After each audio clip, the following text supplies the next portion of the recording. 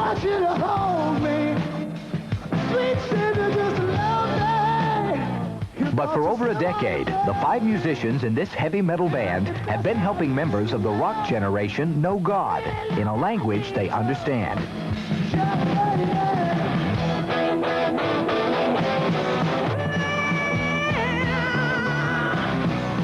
I'm a Christian who happens to play music. I grew up playing rock and roll.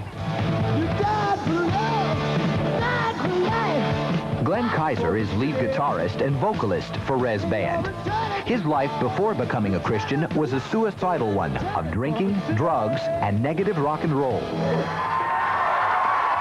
And one of the first things I did when I became a Christian was toss all my records out and quit listening to it, because that was one of the big things that kept me from the Lord originally. You know, and I told the Lord, you know, a simple prayer, if you want me to play in a music ministry, you're going to have to really hit me with a brick. Glenn's partner in life and in the band is wife Wendy. She sings with a voice gone raw and throaty from past days of heavy cigar smoking. Wendy's pre-Christian life was also a dark one, and she shares her testimony with thousands of Rez Band fans at a concert. And it was the night after, you know, the big party. And all the beer cans were all smashed and stacked up. And I'd done so many things that were wrong, that were impure, immoral, even things that were criminal. He said that no matter what I had done, that I could be pure again. And I opened my heart just a little tiny crack. And I let Jesus Christ come inside. But despite their looks and sound, these are unlikely rock stars. They don't live and breathe their music like secular rock musicians. Their true devotion is to their ministry, Jesus People USA, located in a rundown quarter of Chicago's North Side. And there's an awful lot of prostitution and child abuse, and it's just a mess. So that's where our heart is. We feel as though we're called to be missionaries in the United States. Glenn Kaiser, this deacon in sneakers, is senior pastor here. JP USA counsels drug addicts, homosexuals, prostitutes, and feeds the poor who wander in off the streets. Some of their experiences inspire Rez Band songs. Little children in the streets all day, all day. And we've got little kids in the street that are 6 years old that are up to 12 midnight, 1 o'clock in the morning, barefoot. There's broken glass everywhere, dirt. It's a mess, you know. The parents just don't care. We're talking about parents on welfare drinking the checks up at night. I wonder where they play. We have programs and sports things that we do with them, and just try to befriend them. Children in the street. With the exception of sound equipment and a relaxed dress code, Sunday worship with Pastor Glenn is like worship at traditional churches. And thank you for your word that gives life. After the service, there's time for counsel and prayer. Not something you'd find most rock musicians doing. The important thing is whether you care about people and can introduce them into a genuine relationship with Jesus Christ.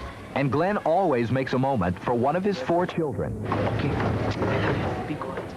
Rez borrows all the flash of secular rock merchandising, loud album covers, T-shirts, and pens. But it's their sincerity that makes Rez a favorite with Dusty Rhodes of WPIT-FM, Christian radio in Pittsburgh. The Rez Band is a good example of people who really walk their talk. They practice what they preach. They voluntarily live in a place that looks like the dumps. And a lot of Christians won't go in that kind of a neighborhood. They're willing to. They're willing to feed the hungry and clothe the poor and play rock and roll music to the people that it speaks to. And Tom Green, host of Pittsburgh Channel 40's Light Music, says Rez Band rock is Christian rock. And they're doing it because they love God and they believe that's what God told them to do. The bottom line is not what the music sounds like. The bottom line is the person's intent and motive in playing that music. Still, some men of the church think good Christians must not play rock and roll, even if their lives otherwise are true to the gospel. God sings, and it's scriptural that he does, then how do you know what God likes? Just don't think about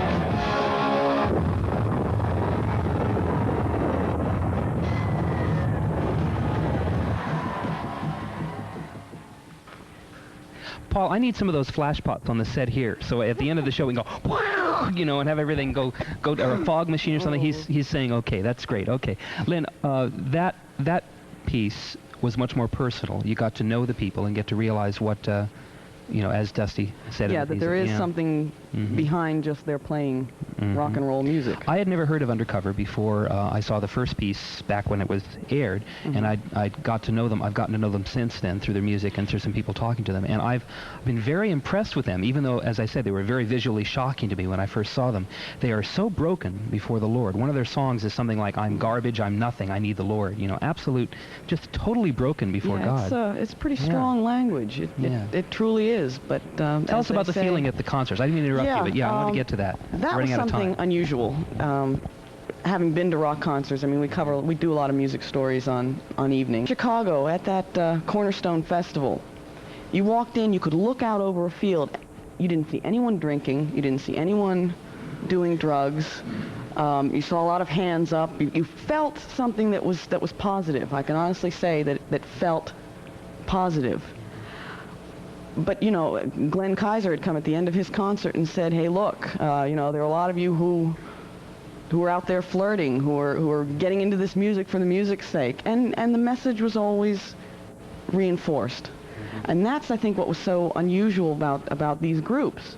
They're not kidding. I mean, they really are serious about the kind of music they're making for the Lord. It's not just music for music's sake. I want my opinions to come out. But, please, that's what you're here for, Lynn.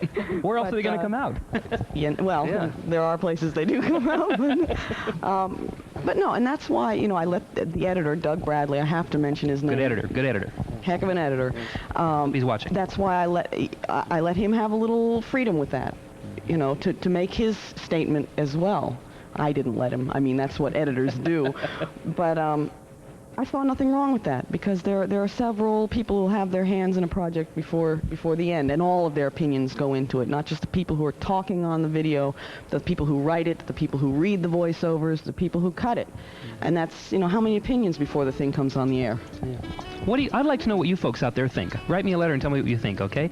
Well, about what you saw, about what... I'd really like to know. I'd like to know. Yes, you know, the people don't write Lynn letters. You know, tell her, you know, I mean, it's really neat of her to come on. It's really neat of you to come on. It really is. Thank you. I have one last question for you. How did you get in TV anyway? Oh boy, that's a long story, but I never had any training. I tend to think it was just perception, you know, creativity, brilliance. But of course, yes. Excuse me while I leave and let you have this show, you know. But yeah, it was an accident. Anyway, thanks for coming, Lynn. God bless you. Thank you, Tom. Oh, he just gave me that isn't. Gee, he just counted me down to 0. How did you get in television? Well, you know what? The floor director just counted me down to 0, and it was a mistake. I just ended the show, and we're still on the air. We have a whole nother 20 seconds to go. Oh, there he goes now. He's counting you down. How did you get in television? Total accident. I was a college professor, and I decided I like TV.